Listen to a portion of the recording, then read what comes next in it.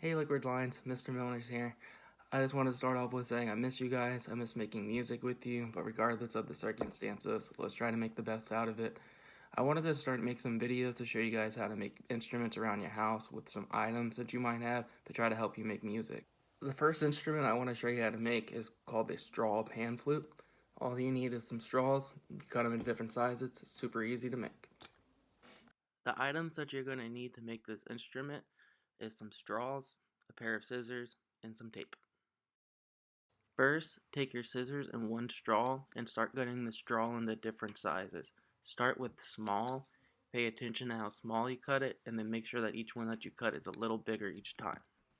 You want to make sure that the first piece is not too small. Next, take your second straw and make sure that you are cutting them bigger than the pieces of the last one. You can line your straws up from shortest to tallest to help you know how big to cut the next one. If your pieces of the straws aren't already from tallest to shortest, go ahead and arrange them from tallest to shortest. You only really need about 4 to 5 pieces, but if you have more straws, you can make as many pieces as you'd like. Next, you're going to take your tape and go ahead and get a piece of it. You're going to place it on the top of it, then carefully pick it up. If there's a little bit of extra tape, make sure you wrap it around it. If you didn't get enough tape, make sure you get enough tape for the other side of it. Second, you're going to take another piece of tape and put it around the third one to help hold it together closer to the bottom.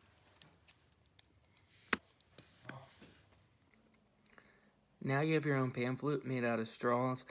You can see mine. Mine's not completely perfect. It's okay if you didn't make the sizes completely right. What matters, as long as you have them small and then it goes to big and none of them the same size, they'll all make different sounds as long as they're different sizes. The way you make it work is you blow on it like if you were blowing out a candle.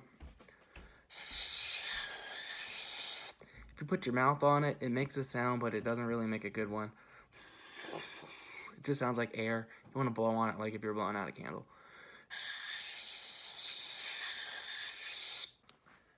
If you didn't have straws to be able to make this week's instrument, that's totally okay. Next week I'll have a new instrument posted on my webpage on Lake Ridge's website to be able to make a new instrument using different materials.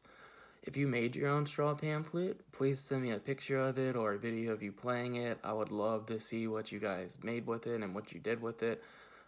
Other than that, bye guys, and I hope you had fun making your own straw pan flute.